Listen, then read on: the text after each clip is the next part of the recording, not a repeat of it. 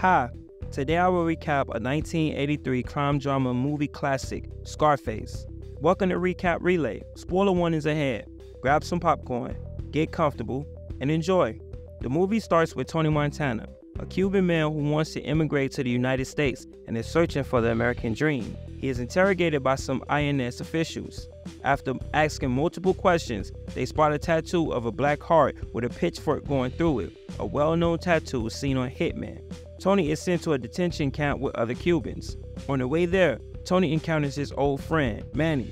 After some time passes in the camp, Manny gets an offer from the Cuban mafia to kill a guy called Emilio, Fidel Castro's former right-hand man, in exchange for green cards. Manny tells Tony about the offer.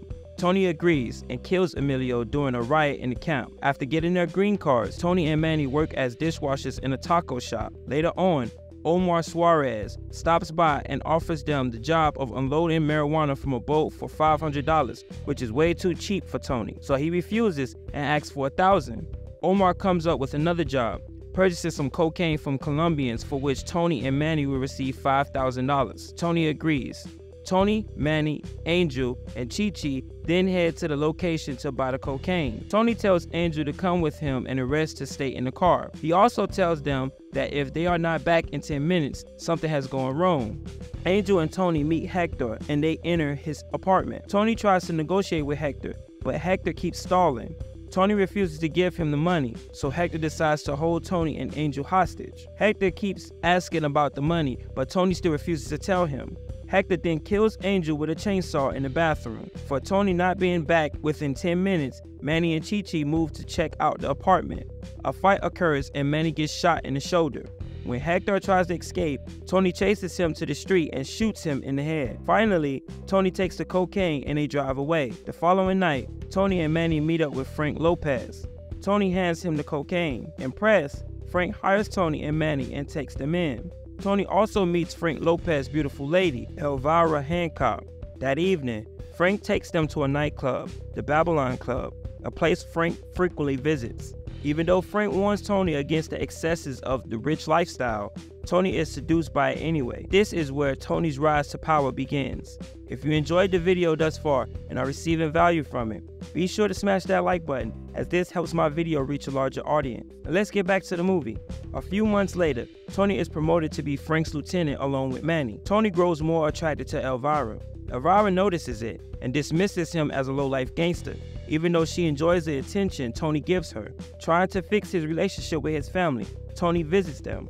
Dressed in his fashionable suit, Tony's sister Gina is happy to see him.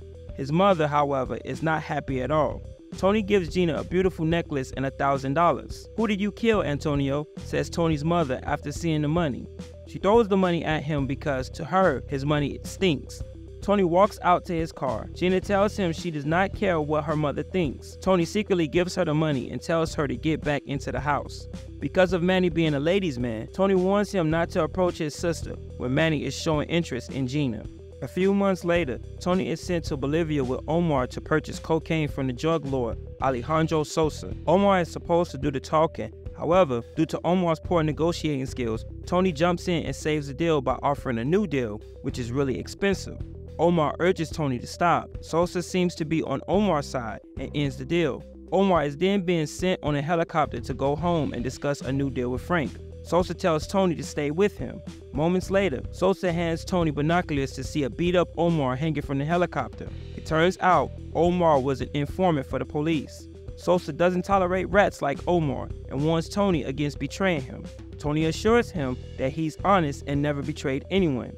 Seeing that Tony speaks from the heart, Sosa is impressed and strikes a deal with him. When Tony returns, Frank rages on him for starting a deal he cannot afford. However, Tony explains that Frank will receive a large amount of cocaine with this deal, and it'll earn them many millions of dollars in the future. Frank warns Tony against greed for money and excessive ambition, but Tony doesn't care what Frank thinks. Tony seeks out Elvira and proposes to her. Shocked, Elvira says she'll think about it. Hearing about it, Frank decides to take out Tony. Later on, in the Babylon Club, a detective, Mel Bernstein, approaches Tony and proposes to tax Tony on his illegal activities in exchange for police protection and information, but Tony refuses. After Bernstein leaves, Tony tells Manny he suspects Frank put Bernstein up to blackmailing him. A drunk Tony then sees his sister dancing with another drug dealer. The guy takes his sister to the bathroom with his hand on her bottom. Enraged, Tony follows them, kicks the guy away, and confronts his sister. In his rage, Tony slaps her in the face and has Manny drive her home. Sometime later, 2 hitmen try to kill Tony by shooting him.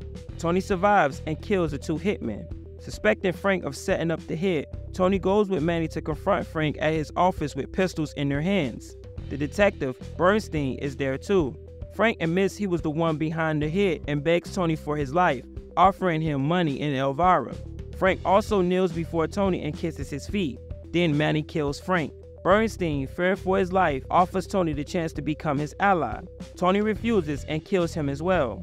Frank's bodyguard, Ernie, stands there frightened. Tony offers him a job as his bodyguard. Ernie agrees and thanks Tony. Tony rises more and more in power, becoming a powerful drug lord. He also begins a long-term profitable relationship with Sosa and marries Elvira. Living a rich life, he also buys Gina, a beauty salon. Over time, Tony becomes more paranoid as his wealth and power grows. Jerry, Tony's banker who launders his drug money, says that the money is too much, making the money laundering process harder, so he charges Tony with higher fees. Then Manny tells Tony about Mel, a Jewish mobster who offered to help them with their money issue. While laundering the money, Mel turns out to be an undercover cop. Tony is arrested and bailed out later. Tony's lawyer tells him he has to serve 3 years in prison for tax evasion, even though he's clear of the money laundering charges. Tony lets his lawyer know that he doesn't want to go back inside a jail cell ever again. Hearing about Tony's arrest, Sosa offers Tony a way out by having him assist his best hitman, Alberto, with a job. Sosa tells Tony about a Bolivian journalist who wants to expose him. The hit will take place in New York, and Alberto needs someone to show him around. Being out of options to stay out of prison, Tony reluctantly agrees. Tony's marriage with Elvira is crumbling. In a restaurant, high on cocaine, he antagonizes Elvira for her bad habits and not being able to get pregnant. Elvira lashes out at Tony and leaves.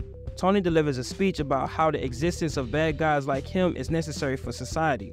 He also brags about his honesty and tells those around him how fake they are. Later on, Tony takes Alberto along with his 2 men. Alberto plants a bomb under the journalist's car. The next day, the journalist is seen getting into his car. He picks up his wife and kids. Not wanting to kill innocents, Tony tells Alberto to call it off, but Alberto insists on getting it done. Furious, Tony shoots him in the head. At some point, Tony discovers that Manny and Gina are missing and visits his mother to find out where Gina is. He gets Gina's whereabouts from her and leaves, ignoring his mother's angry tirade. Tony knocks on Gina's door, but Manny opens it, wearing a robe. Tony looks upstairs and sees his sister is also in a robe. Tony suspects Manny has been sleeping with Gina and shoots Manny. A hysterical Gina tells him they secretly got married and wanted to surprise him. Tony, overcome with guilt, takes Gina to his mansion. The journalist has now exposed Sosa as a corrupt drug lord. Sosa, mad and furious, sends a squad to kill Tony that evening. Tony gets a call from Sosa, accuses him, and hangs up the phone. The squad kills most of Tony's bodyguards silently. Overcome with guilt for killing Manny, Tony snorts from a big pile of cocaine. His sister enters the office with a gun in her hand. Hysterically, she starts shooting randomly and hits Tony.